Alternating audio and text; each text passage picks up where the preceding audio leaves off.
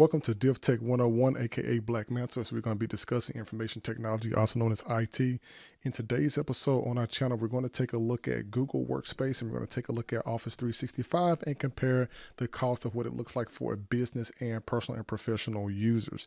Now, keep in mind, this is a follow-up video to the previous one that I did last week where I was showing you how to move files and transfer files on Google Drive. Keep in mind that those files were specifically from transferring from your personal Google account to an enterprise or a business standard account, and it can work either way. You can do it from personal to personal, business to business, business to personal, personal to corporate, or corporate to personal, or corporate to business. A little bit tongue tied there, but you get the drift. So what we're going to do is when we're looking at this here, don't want you to look so much at the cost, but we're going to try to break this site down so that it's easier to understand. Now keep in mind that Davinci Technologies, which is my IT consulting company where I provide services and IT services to small businesses. It's like a managed service provider, and I basically help them integrate technology into their company. And it's specifically focused on small businesses because oftentimes they don't have the technical infrastructure or people to assist them with these kinds of things. So this is what I want to specialize in and create a business in order to help those businesses that need the technical help. So if you're looking for those types of services, check out the website at davincitechnologies.com. The links are also in the YouTube video on the About Me page as well if you need to reach out through email. So let's go ahead and jump on right in onto this. Now, when you're thinking about your Google account, oftentimes we think about like your email address, like whatever it is, like example at google.com or at gmail.com, sorry. Now, oftentimes people like to have their personal domain. So most of the times enterprises have their domain name, and their domain name is basically their company name. So when you look at like bestbuy.com or apple.com or google.com or something like that. Like those different kinds of companies have official domain names that you go to in the browser, and oftentimes that follows and leads into their email address, which you're using. So in this example that I'm going to show you here is basically if you are a small business that want to get off your standard, like your at Yahoo account or your at Gmail or at Hotmail or at Live account or at Outlook.com account, and you want to move to a Google Workspace, but you want that workspace to be more of your company name, this is how you would do it here. So I'm just going to basically just walk you through the preliminary steps here. And keep in mind, there are some other things behind the scenes technically that you must know. So definitely feel free to reach out to me in the comments if you have any further questions, and I try to address them and post it there so that way other people are actually able to see those answers as well. Now, when you're looking at this, you want to keep in mind that Google Workspace, we can use it for individuals, as you can see, for businesses, whether it's for like a small new business or startups looking for those kinds of productivity tools. Now, the enterprise level is going to be more for larger companies that have tens and thousands of people, so they're going to have more and more stuff. So the higher or more people that you have in your business, the more services that you probably are going to end up using for that. Now, when you're looking at this on an individual level, for example, with my company, I have one that is on an individual level because it's just me. So it's probably less than about like $8 a month or so, which I set that up, on my own. But you do get a 14-day to try it out, a 14-day trial to try it out to see how it works and everything. Now, keep in mind, it does allow you to look and have a professional working email address, because not only are you able to look at those premium video calls, but you're also able to use your Google Calendar for scheduling and sending out email campaigns. Now, keep in mind that a lot of small businesses tend to continuously use their free email account that's given to them through a generic email provider like a Hotmail, like they're at Hotmail or at Yahoo is what I described earlier. And that's perfectly fine. You can use those for your small business and everything. And you can use them for the entire time if you want. It's totally up to you. But when you're looking for an all-in-one solution where you don't have to pay, like when you look at Calendly, for example, they have an appointment scheduling tool you can use and integrate into Calendar. You don't want to necessarily use that and also be paying for some other services elsewhere when you can get everything in one spot. And it basically sets you up like for success. When you're looking at the individual plan, as I was saying, about like $8 a month, and sometimes Google changed the pricing and everything, as you can see here, but you get that, all that information right there. Now keep in mind, when you're looking at the stars that's located next to the pricing, make sure you read the disclaimer down at the bottom, because once that trial is over, you will be charged that amount, and you get access to just different kinds of tools and things there. And Google's done a really great job on their site looking at that as well.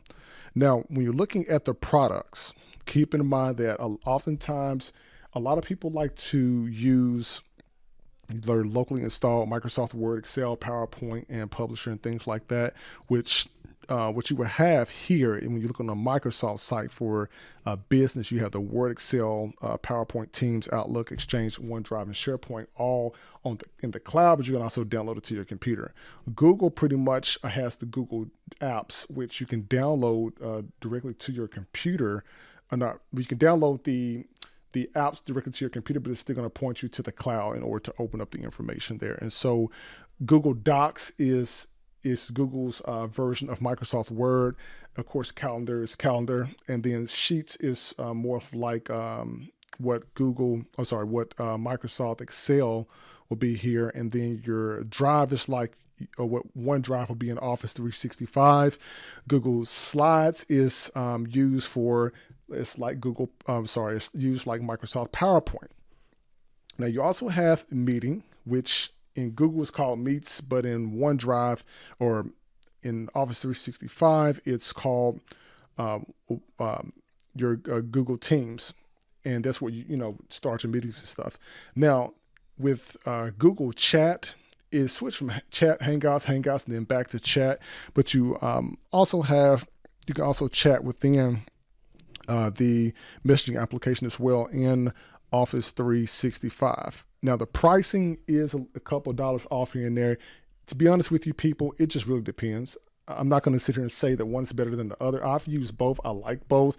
If you are a heavy Microsoft person and you are kind of scared to use like the Google or something different, you may want to stick with Office 365. If you're a person that's open and you want to try something different, because you're going to be storing your information in Google Drive anyway, and oftentimes people with Android phones more than likely got information stored in Drive, that's perfectly fine. You can use that with the Google Workspace.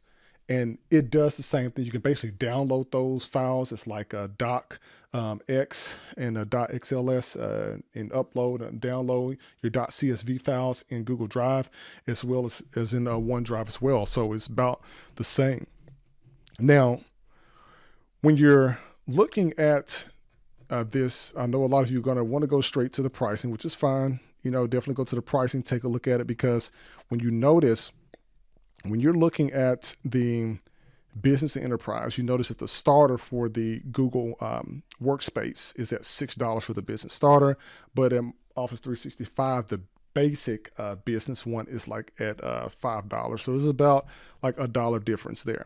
When you look at the business standard, which is the most popular package, for about $12, you can look at for paying a little bit of more than like 50 cents extra on the Office 365 side. Now the 365 Premium goes for about $20 a month, but you have about $18 a month for the Business Plus with Google. So it's $2 less. And then with the Enterprise, oftentimes you see the Microsoft 365 apps for business, which is go down to about $8.25. And that's going to be in between your Business Basic and your Business Standard there. Now, when you're looking at these two, keep in mind that the enterprise, oftentimes you're not going to see the cost of those, because that's going to be very, very flexible for organizations that have up into the thousands of people. But if you're just starting out your business and you want to have an all-in-one solution, you can pretty much go with either one and be perfectly fine with that. Now, you definitely want to reach out to a IT consulting company or a managed service provider in order to help you set this up properly. Indeed, you could probably Google the information and load it up yourself, but just want to make sure you have all the proper functions and security functions in place in order to use that application. So I'm a pretty big fan of Google. That's what I use. I've actually helped transition a client of mine from a generic email system that they were having, which was actually free, didn't cost much of anything, and they can add as many email accounts as they want.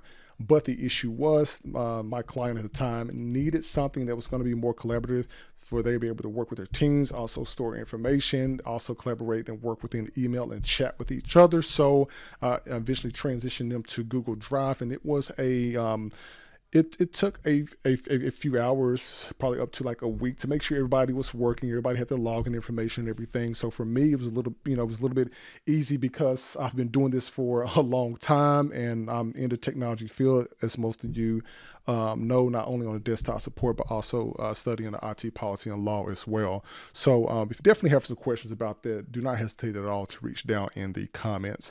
Now, when we're looking at this here, most of you are probably familiar with Gmail, Drive, Meet, and Calendar and Chat.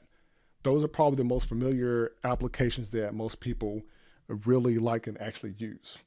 Now, docs, sheets, slides, and and forms, people probably use a little bit more. Now, with the business users, they will get a lot of great use out of the forms and the sites, because with the sites you can create an internal, almost like an intranet within your company where you can share documentation. So think of like Google Sites as more like a knowledge base point within your enterprise that you can share with your employees via their email address. Now, with the Cairns and Jamboard, also additional applications that you can use in there.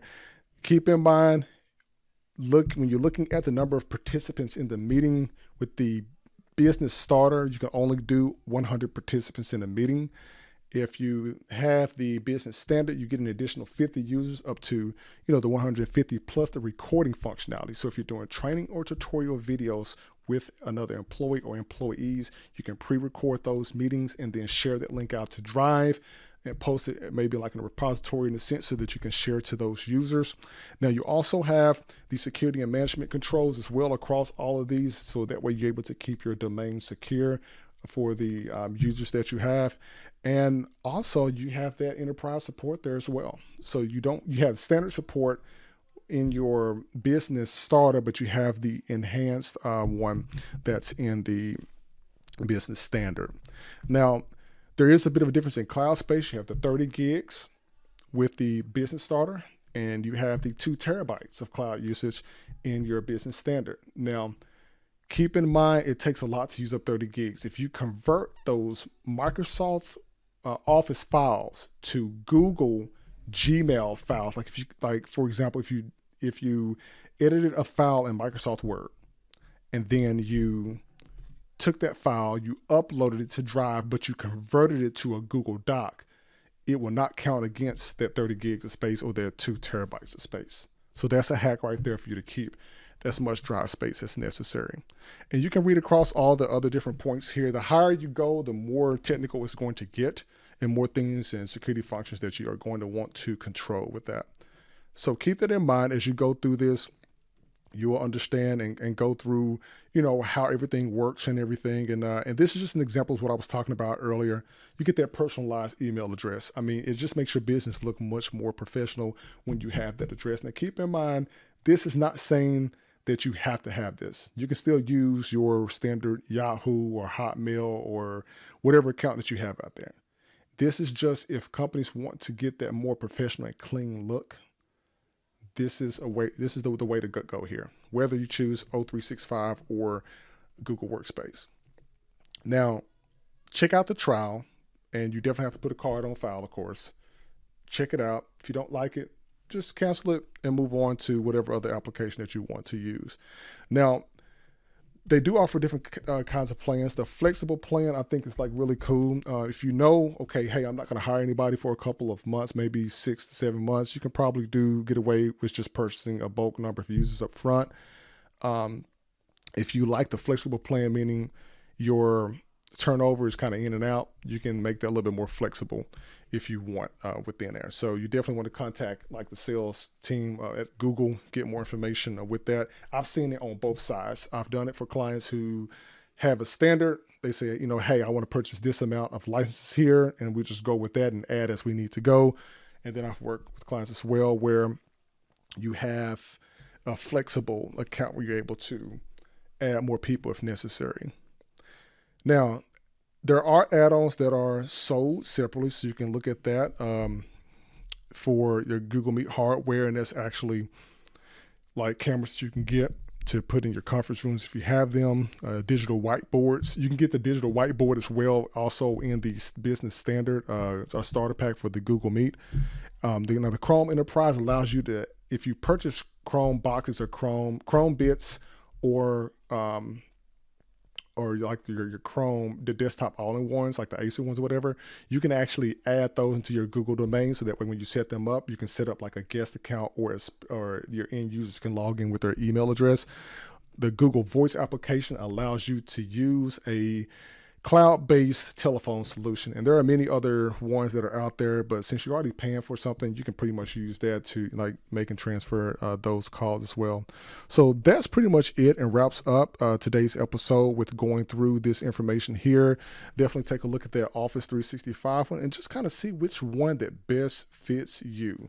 Now, keep in mind, if you say, hey, I like the Microsoft Office side, I want to download Office, keep in mind to scroll down and look at the information down here, and specifically pay attention to the section that has the check marks beside desktop version of Office apps for PC and Mac.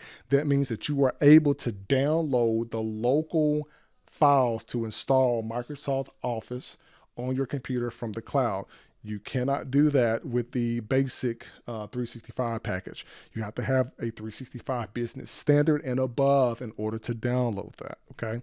So keep that in mind to help you offset costs, or contact a provider that may be able to help you with that.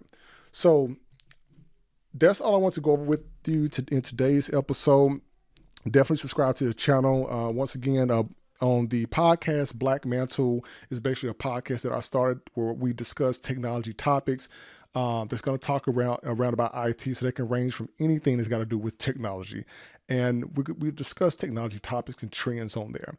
And if you definitely like it, subscribe to it. It's definitely great. If you just want to hear something on your way to work, definitely tune into the podcast of Black Mantle, and there is a website associated with that if you want to sign up.